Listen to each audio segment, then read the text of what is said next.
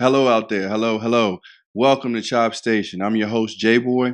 Listen, we want to get right into it this week. We got quite a little bit of information that I want to share with you this week. So I definitely want to get right into it. Always, I want to thank you for watching the channel.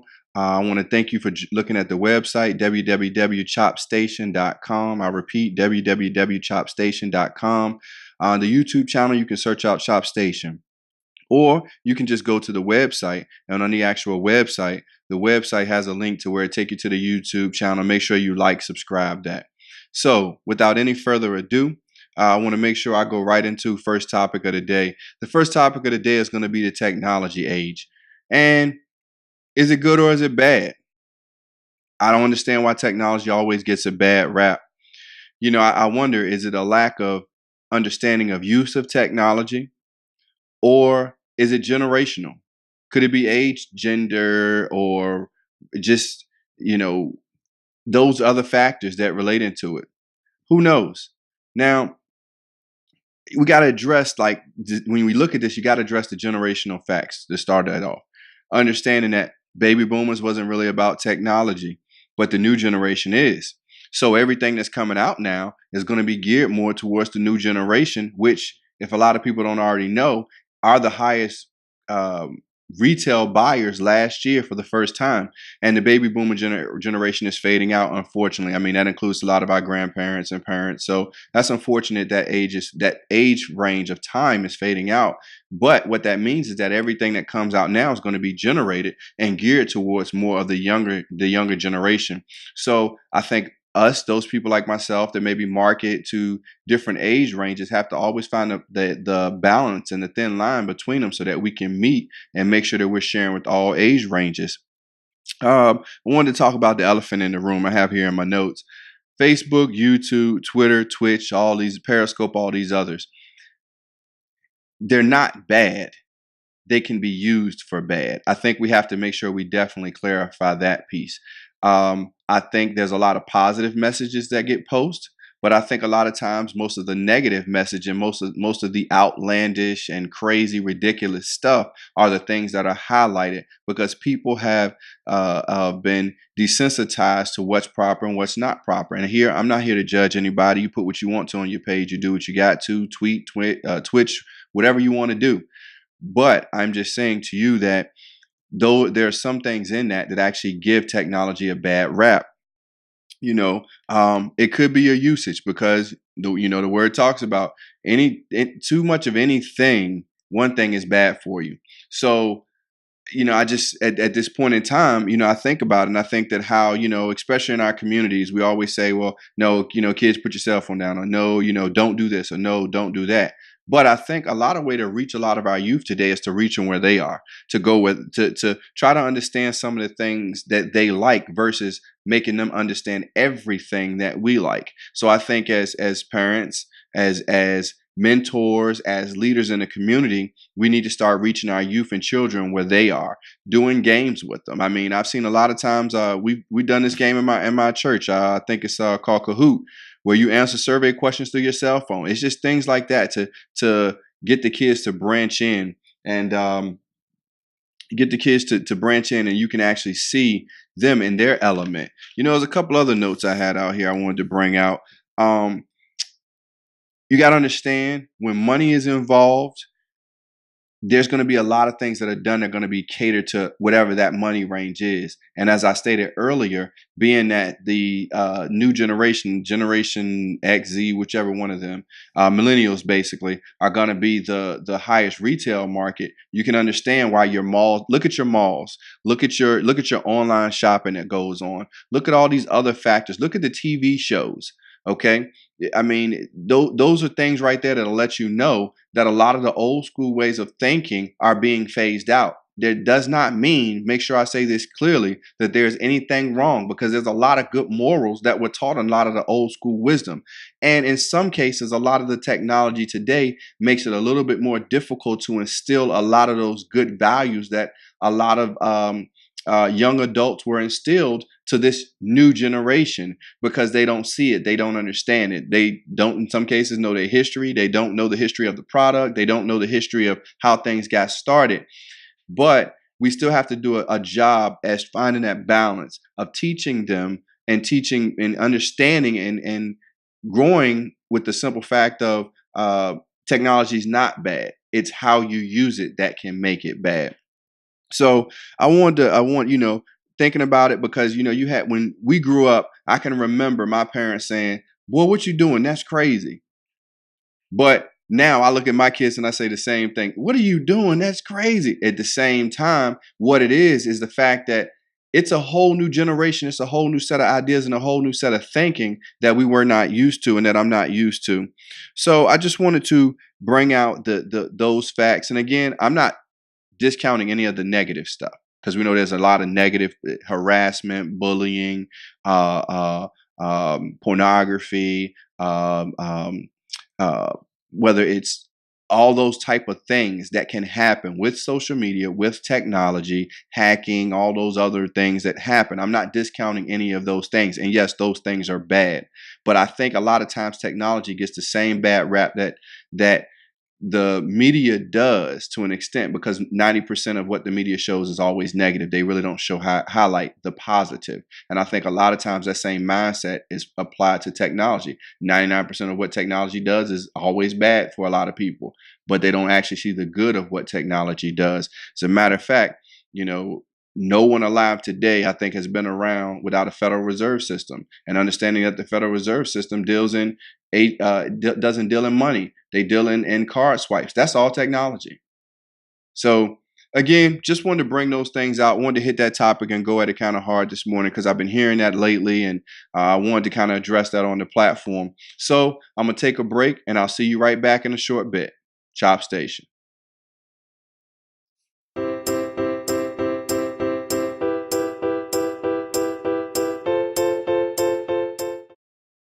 Okay, we're back. Listen, a lot of people were like, well, J-Boy, what happened? You were doing so much of sports. You kind of moved your platform. Well, just want to tell you the platform changes from week to week as far as what we do. But you can always subscribe to the channel, and you'll see timestamps listed below of the topics that we talk about. And again, we're gonna hit sports, but we're gonna make sure we bring those topics that need to be brought out to the light. We're going to shine light in those dark places. So with that, I want to jump right in. Here's your sports segment right here. First sports segment of the day, and a surprise, you have a few today. AFC South preview. We want to preview the AFC South this week. Last week we did the AFC North. So when you're looking at the AFC South, let's go into it. Let's think about the teams we have. We have Houston, and I'm not going to put them in a particular order just yet, but I am going to let you know who I picked to win the division at the end.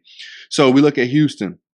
So Houston, you got Tom Savage's quarterback. You also got that young gun that's coming in, Deshaun Watson, who I think they should go ahead and get the job too and let him learn on the job. Now you got receivers, DeAndre Hopkins, allegedly are those guys that are there talking about, Savage should be the starter or whatever else.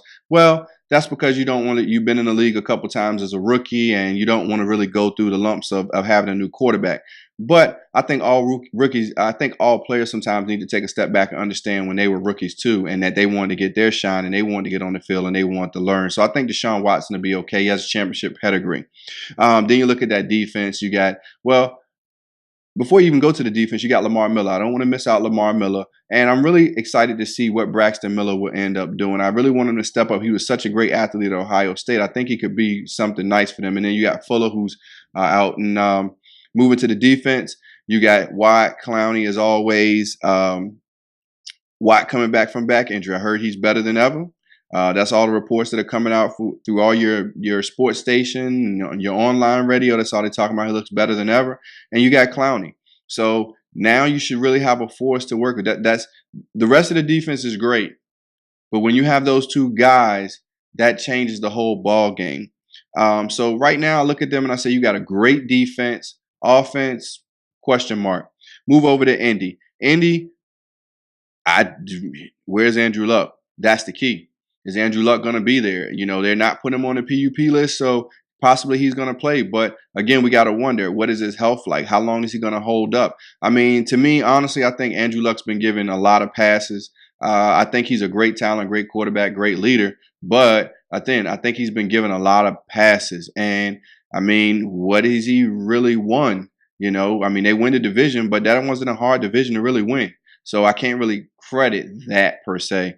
Um, Defensive wise, they brought in Malik Hooker. They brought in Shear from New England.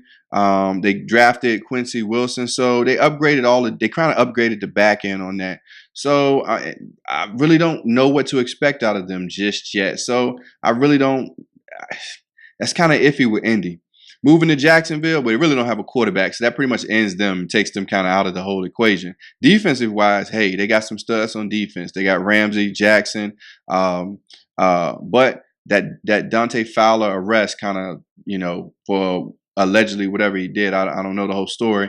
That kind of put some cloud over their heads. Offensive wise, they got Robertson, and then they got Fournette. I'm interested to see. Hope Fournette can get rid of those injury issues that plagued him when he was at LSU the last year. So they got a run game, but we really don't know how the rest of the stuff is actually going to turn out and actually going to go. So that's going to be really interesting. Tennessee is the sleeper to this one. Tennessee has just brought in Corey Davis. They got Marcus Mariota. They got Travis Henry. Derrick Henry, sorry, not Travis Henry. Derrick Henry. They have DeMarco Murray. They have a wonderful line coming back. Shout out Quentin Spain. They brought in Adoree Jackson. They brought in, wrote them down. They brought it because they brought in a lot. Oh, well, Brian Arakpo has already been there, but they got Kevin Dodd, who I think was a surprise draft pick. So in a toss up and looking at it, who could I pick? It's going to be tough between Houston and Tennessee. If Mariota can stay healthy, I say Tennessee. If he goes down for any time, I think the defense and Deshaun Watson's progress over the course of the season will give Houston. So you heard it here, Chop Station. I'm picking the Houston Texans to win the AFC South. Number 2 would be Tennessee. Number 3, let's go Indy. Number 4, Jacksonville. So we'll be right back. Got another topic coming up for you that everyone's going to love. See you after the break. See you soon.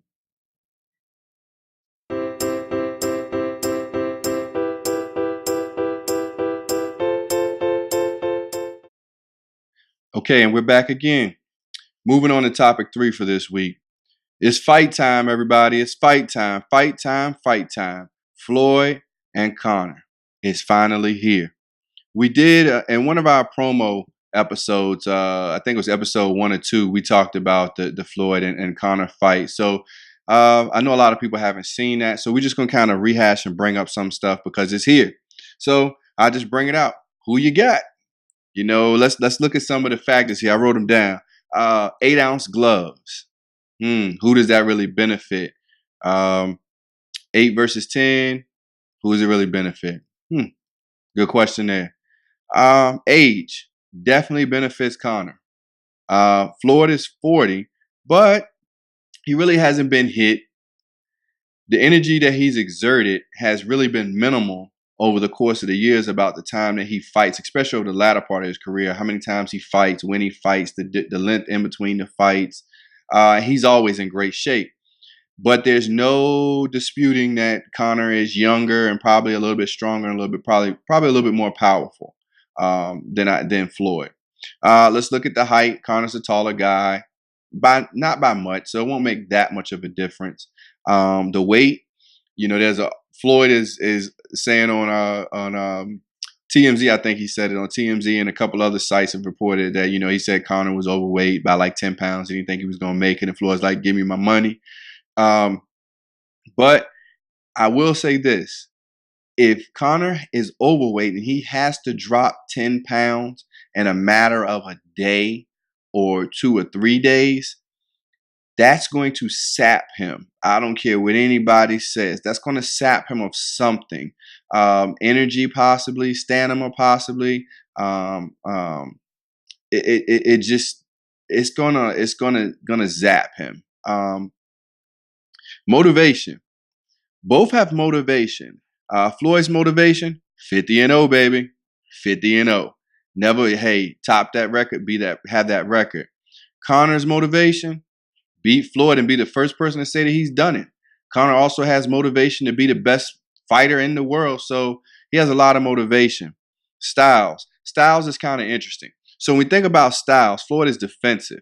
Well, we can tell from UFC that Conor is kind of unorthodox. He can swing with both hands, but he's really an aggressive fighter, and he does have some punching skills. But Floyd, he's going to have his shoulder, elbows up to kind of block the punches. And again, Floyd is cat-like quick, even at 40. And a lot of times you can't hit what you can't see. So, that would be an edge to Floyd. Records, that's the big one. 49-0, 49 boxing fights, boxing ring, knowing the space of the ring, the movement of the ring, the footsteps, whether you slide, how to close the distance, how to create the distance, how to sidestep, how to duck, the angles that you got to punch from.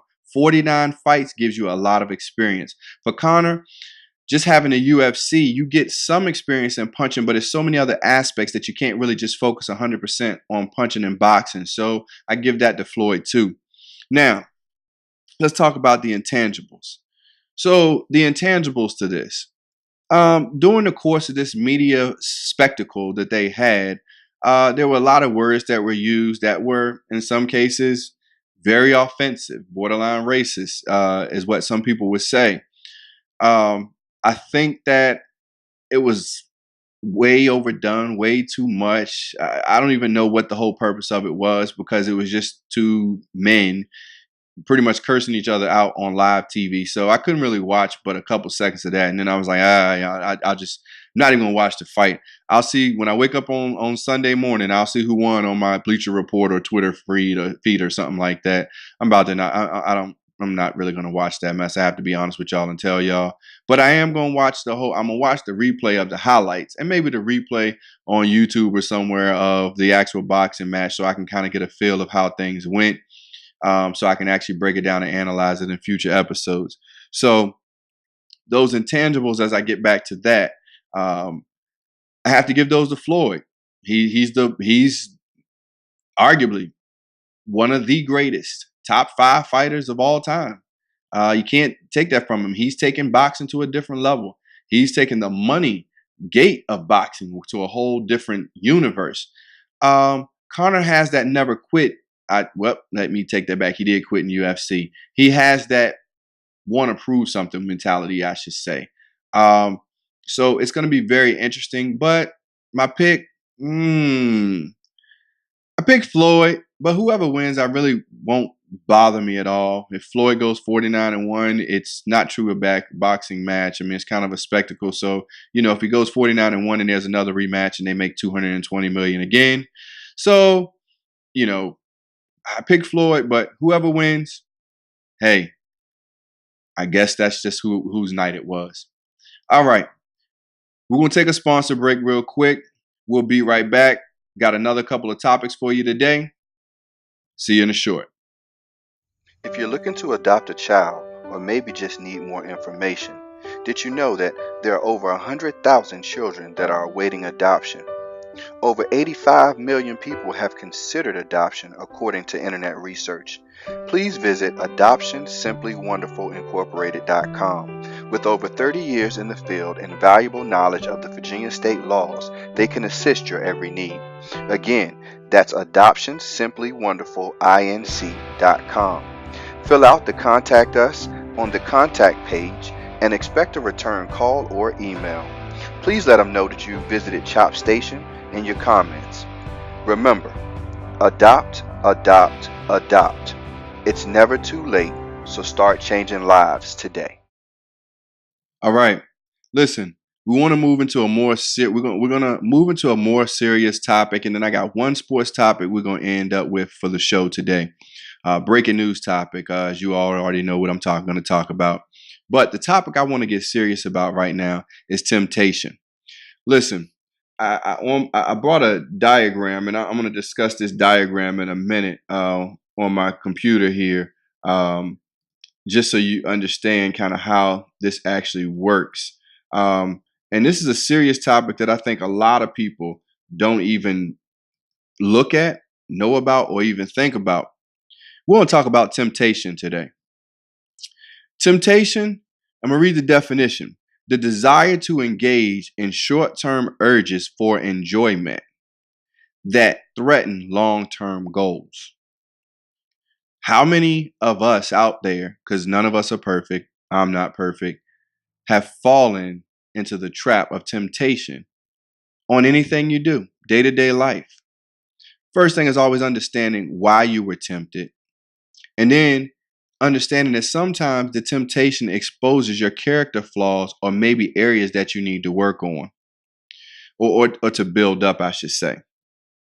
So with that, I started looking at it and I was like, temptation also describes coaxing or inducing a person to commit acts by manipulation through fear of loss. Very interesting. Very, very, very interesting. You know, I thought about when this came up how the word says anything done in a hurry and anything done in chaos is not of God. So when I'm tempting you to do something that satisfies a short-term enjoyment, then a lot of times I'm tempting you to do something contrary to what I know the word tells you to do, which is very interesting. So what are some causes of temptation? Well, media, feelings, desires, your friends. If you got friends that are tempting you, you got the wrong friends. Wants, all those things. Then understand, most importantly, what you feed yourself can lead to your temptations. So that means the more things that you feed yourself away from what the word says, the more you're going to be tempted in those things that you're feeding. So something as simple as watching TV. If you're not feeding yourself the word, which will bring you to read the word more, you're going to be tempted to watch even more TV because what you see on TV is going to entice you. It's just it's a simple fact. So I got this chart up, which was kind of crazy because it talked about how deliverance and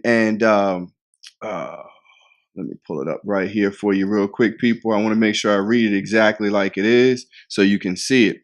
So, and I'm going to post it up on the site. I'm actually bringing it up during the video now so that you can actually see it. Temptation is actually in order to be delivered, I should say, let me reword it. You have to make sure you conquer your temptations. So in that, understanding that the first step to conquering temptation is recognition, as you see. Then after that is reckoning. Then it's understanding the rejection piece. Then it's reigning over it in order to conquer it so that you can be delivered from whatever temptation that was there for you. I wrote down some more notes, and I'm as always, I'm gonna post these scriptures so that you can see them. Matthew 26:41 talks about the spirit is willing, but the flesh is weak. So it's telling you that your spirit is willing to do the right thing, but your flesh is weak. So your flesh is going to be tempted. If you think about Matthew 4:1-11, if Jesus was even tempted in the garden, what more are we going to be tempted, for lack of better words? 1 Corinthians 10:13 talked about God allowing you to be tempted, but also providing you a way of an escape.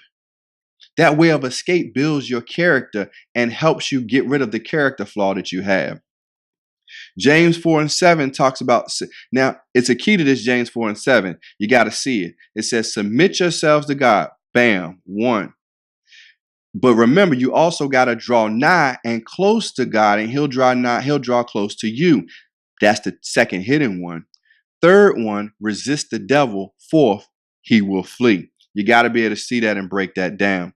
And then Ephesians 6:11 also talks about making sure you put on the whole armor of God so you can stand against the tricks, tactics, and wiles of the enemy. Now, you saw the chart. I just wanted to bring this out to you so we can make sure that we're not being tempted by worldly things. We have to make sure that we understand that we are in this day and age, that temptation comes in all forms. The ads that come on TV, the cars that ride past you. You can be tempted by anything, especially as men, making sure that you're not tempted. Just looking at things you shouldn't be looking at.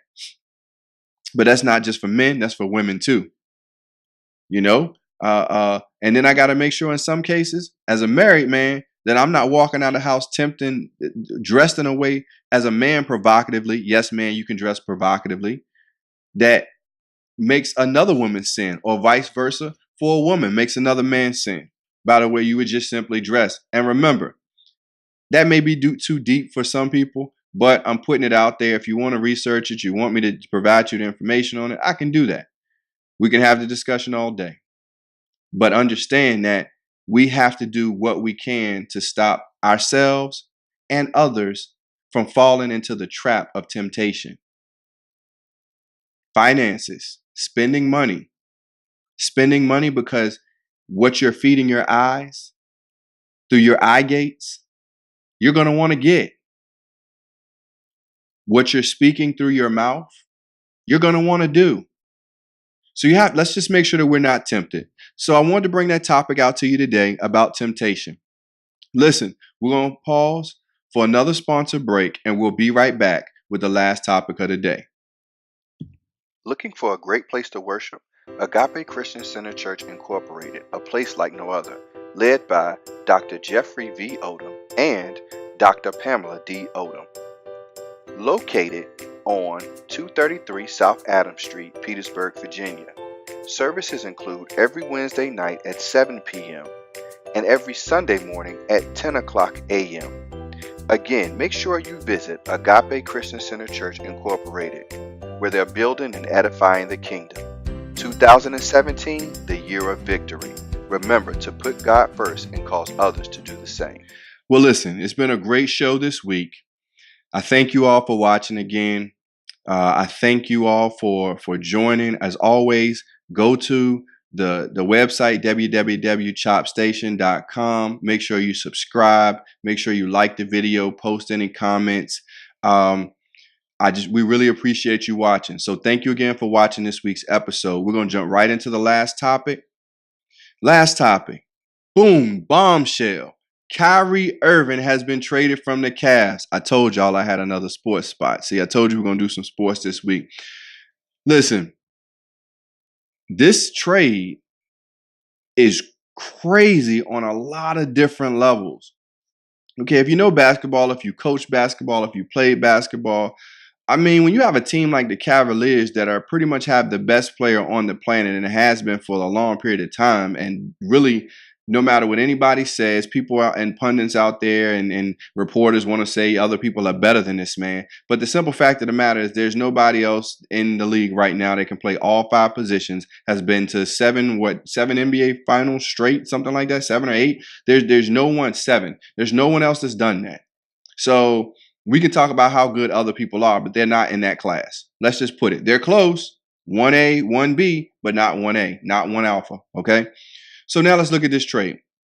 Let's dig into this. So now the Cavs have a lineup of Isaiah Thomas, Jose Calderon, Derrick Rose, Jeff Green, Richard Jefferson, Iman Shumpert, LeBron James, Kevin Love, Tristan Thompson, J.R. Smith, Kyle Korver, left out Kyle Korver, Kay Felder, Jay Crowder. That's a very deep lineup. So if you start the lineup, so let's look at the too deep lineup to that, which could really cause a problem for people. People are going to say they don't match up to Golden State.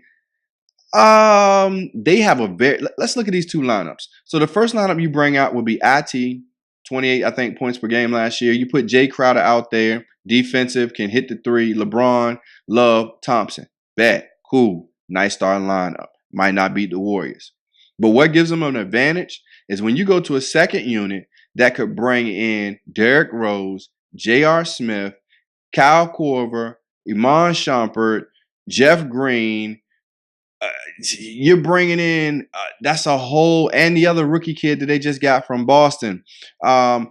You're bringing in a pretty deep second squad. And remember, LeBron very rarely leaves the court. He may do it more as he gets older. So that second unit would probably be Rose, JR, LeBron, Jeff Green, and one of the young guys in there, center. Maybe Channing Frye. I forgot Channing Frye.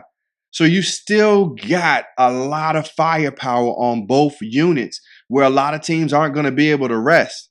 Now, and they also got that Brooklyn Nets unprotected pick, which is the elephant in the room, because if they end up with a 1 or 2 pick, they end up with either Michael Porter Jr.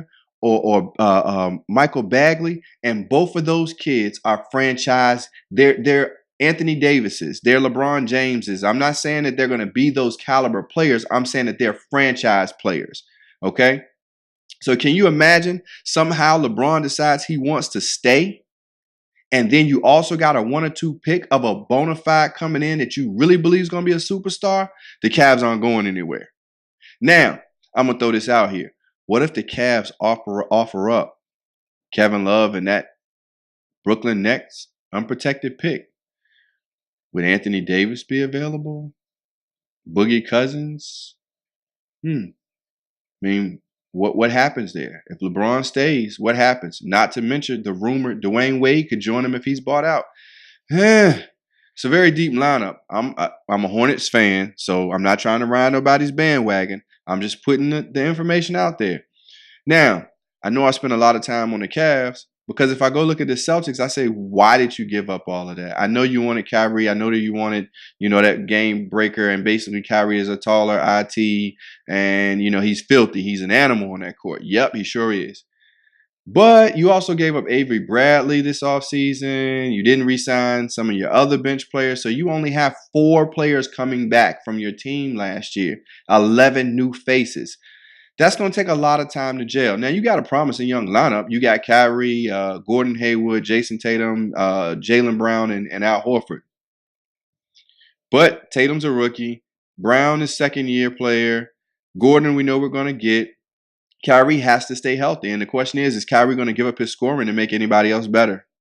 That's a good question, because he's never been a double-digit assist point guard, which is what he desires to be, is a point guard. He's averaged a lot of points, but not a lot of assists. So it's going to be interesting to me. I actually think it's a good trade. They got the best player to deal. Yes, the Celtics did, but I think they slide a step back to me. So maybe not number 1, maybe 2 steps back, maybe to number 3. So maybe it'll be Cleveland, Toronto, the Celtics.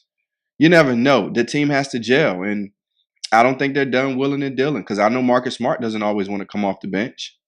So eventually he has to go, because you got to pay him. Yeah, it's going to be very, very interesting. And then they still have the Lakers pick, so you could actually have both teams finishing 1 and 2 in the conference, or 1, 2, and 3 in the conference, and having one of the top. Both teams having 2 picks in the top 3 or top 5, I should say. So just wanted to bring that out there. Listen, thanks again for joining. See you next week. One team, Chop Station.